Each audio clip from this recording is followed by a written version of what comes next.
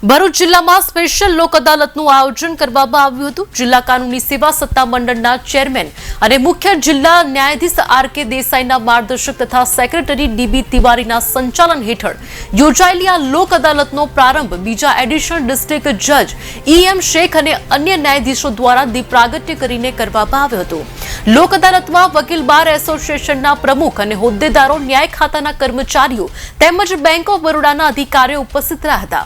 ભરૂચ જિલ્લાની તમામ કોર્ટમાંથી કુલ 925 કેસો નિકાલ માટે મૂકવામાં આવ્યા હતા, જેમાંથી 227 કેસોનો સફળતાપૂર્વક નિકાલ કરવામાં આવ્યો હતો। નિકાલ થયેલા કેસોમાં 170 ચેક બાઉન્સના, 18 લગ્ન વિષયક, 20 સિવિલ દાવા, 17 મોટર અકસ્માત વળતરના અને 2 જમીન સંપાદન વળતરના કેસોનો સમાવેશ થાય છે। હું ડી.બી. તિવારી, ફૂલ ટાઈમ સેક્રેટરી, જિલ્લા કાનૂની સેવા સત્તા મંડળ ભરૂચ। આજ રોજ નામદાર હાઈકોર્ટના માર્ગદર્શન હેઠળ ગુજરાત કાનૂની સેવા સત્તા મંડળ દ્વારા ગુજરાતની તમામ અદાલતો સાથે ભરૂચની તમામ અદાલતોમાં સ્પેશિયલ લોક અદાલતનું આયોજન કરવામાં આવેલ છે। આ લોક અદાલતમાં એલએઆરના કેસો, મોટા અકસ્માતના ક્લેમ કેસો, નેગોશિયેબલ ચેક બાઉન્સના કેસો, સિવિલ દાવાઓ તથા મેટ્રિમોનિયલ ડિસ્પ્યુટ મૂકવામાં આવેલ હતા।